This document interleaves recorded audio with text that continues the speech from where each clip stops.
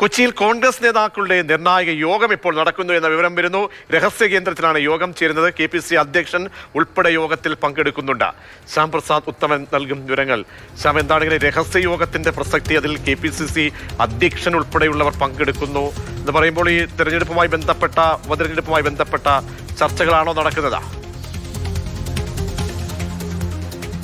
തീർച്ചയായിട്ടും നിലമ്പൂരിലെ ഉപതെരഞ്ഞെടുപ്പുമായി ബന്ധപ്പെട്ടുകൊണ്ട് ആരാവണം സ്ഥാനാർത്ഥി എന്നത് സംബന്ധിച്ചുള്ള ചർച്ചകളാണ് പ്രധാനമായിട്ടും നടക്കുന്നത്. ഇന്ന് രാവിലെയോടുകൂടി തന്നെ KPCC അധ്യക്ഷൻ പറഞ്ഞതാണ് ഇന്ന് തന്നെ സ്ഥാനാർത്ഥി തീരുമാനമുണ്ടാകും. അത് സംബന്ധിച്ച് ഒരൊറ്റ പേര് KPCC ഇന്ന് ഹൈക്കമാൻഡിന് കൈമാറും എന്നാണ് പറഞ്ഞിരിക്കുന്നത്. പക്ഷേ ഈ ഘട്ടത്തിലാണ് പ്രധാനമായിട്ടും KPCCയുടെ മുന്നിലുള്ള പേരുകൾ ആര്യാടൻ ഷൗക്കത്തിൻ്റെയും അതോടൊപ്പം തന്നെ DC ജനറൽ സെക്രട്ടറി കൂടിയായിട്ടുള്ള VS ജോയിയുടെയും പേരാണ്.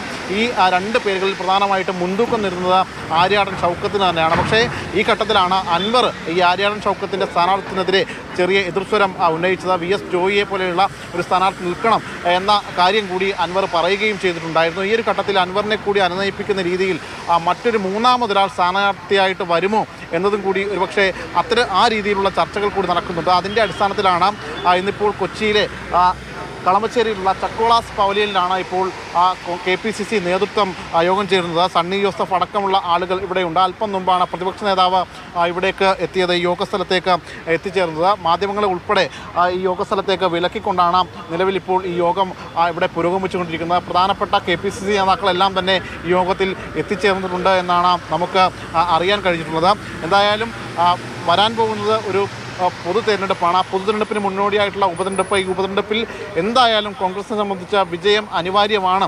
ഈ ഒരു ഘട്ടത്തിൽ ഒരു എതിർ സ്വരം ഉണ്ടാകാൻ പാടില്ല എന്നതുകൂടി കണക്കിലെടുത്തുകൊണ്ടാണ് എല്ലാവർക്കും സ്വീകാര്യനായ ഒരു സ്ഥാനാർത്ഥിയെ പ്രഖ്യാപിക്കണം എന്നതുകൂടി ഉള്ളത് കൊണ്ട് തന്നെയാണ് പ്രധാനമായും അൻവറിന്റെ പ്രസ്താവനയെ, അൻവറിന്റെ അമർഷം, പ്രതികരണത്തെ ഏത് രീതിയിൽ കൈകാര്യം ചെയ്യാമെന്നാണ് ഇപ്പോൾ സംസ്ഥാന നേതൃത്വം കരുതുന്നത്?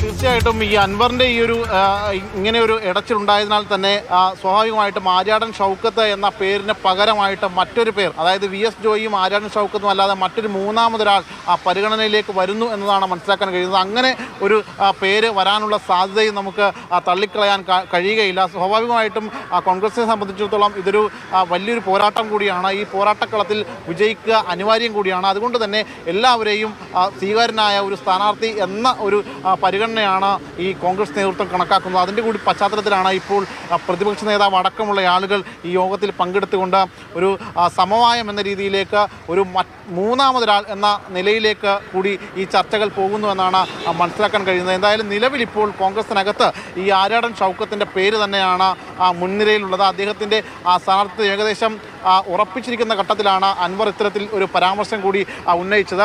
നിലവിൽ അങ്ങനെ ഒരു മറ്റൊരു സ്ഥാനാർത്ഥിയിലേക്ക് പോകുമ്പോൾ ഈ ആര്യാടൻ ഷൗക്കത്തിനോടും VS ജോയിയോടുമൊക്കെ കൃത്യമായ രീതിയിൽ ആ കാര്യങ്ങൾ ധരിപ്പിക്കേണ്ടതുണ്ട്. അതുൾപ്പെടെയുള്ള കാര്യങ്ങൾ ഒരുപക്ഷെ ഇന്നത്തെ ഈ യോഗത്തിൽ ഇപ്പോൾ ചർച്ച ചെയ്യുന്നുണ്ട്. ഇന്ന് KPCC അധ്യക്ഷൻ പറഞ്ഞത് ഇന്ന് തന്നെ കോൺഗ്രസിൻ്റെ സ്ഥാനാർത്ഥി സംബന്ധിച്ച് തീരുമാനമുണ്ടാകും. അത് ഹൈക്കമാൻഡ് അത്തരത്തിൽ ഒറ്റ പേര് മാത്രം അയച്ചാൽ മതി എന്നതാണ് ഹൈക്കമാൻഡ് പറഞ്ഞിരിക്കുന്നത്. ആ പേര് പരസ്യമാക്കുക എന്ന ചുമതലയായിരിക്കും ഹൈക്കമാൻഡ് നടത്തുക. അതുകൊണ്ട് തന്നെ KPCC ഒരൊറ്റ പേരിലേക്ക് എത്തുവാൻ വേണ്ടിയിട്ടുള്ള നീക്കങ്ങളാണ് നടക്കുന്നത്. അതിൻ്റെ ഭാഗമായിട്ടാണ് ഇപ്പോൾ ഈ ചക്കോളാസ് പവലിയനിൽ പ്രധാനമായിട്ടും ഇപ്പോൾ പ്രധാനപ്പെട്ട നേതാക്കളുടെ ഒരു യോഗം ഇപ്പോൾ ഇവിടെ ചേർന്നുകൊണ്ടിരിക്കുന്നത്. പ്രജീഷ്. ശരി, ശ്യാം പ്രസാദ് ഉത്തമൻ പറഞ്ഞതുപോലെ കോൺഗ്രസിനെ സംബന്ധിച്ചോളം വളരെ പ്രധാനപ്പെട്ട ഒരു തീരുമാനം എടുക്കാൻ പോകുന്ന ഒരു ഘട്ടത്തിലാണ് അൻവർ ഇടഞ്ഞു നിന്നുകൊണ്ടൊരു പ്രതികരണം നടത്തുന്നത്. അപ്പോൾ എന്തൊക്കെ ഇനി പെട്ടെന്നൊരു തീരുമാനത്തിലേക്ക് പോകേണ്ടിയിരിക്കുന്ന സാഹചര്യത്തിൽ നിർണായക യോഗം കൊച്ചിയിൽ ചേരുകയാണ്. രഹസ്യ കേന്ദ്രത്തിലാണ് യോഗം ചേരുന്നത്. KPCC അധ്യക്ഷനും പ്രതിപക്ഷ നേതാവും ഒക്കെ തന്നെയാണ് ഈ യോഗത്തിൽ പങ്കുചേരുന്നത്.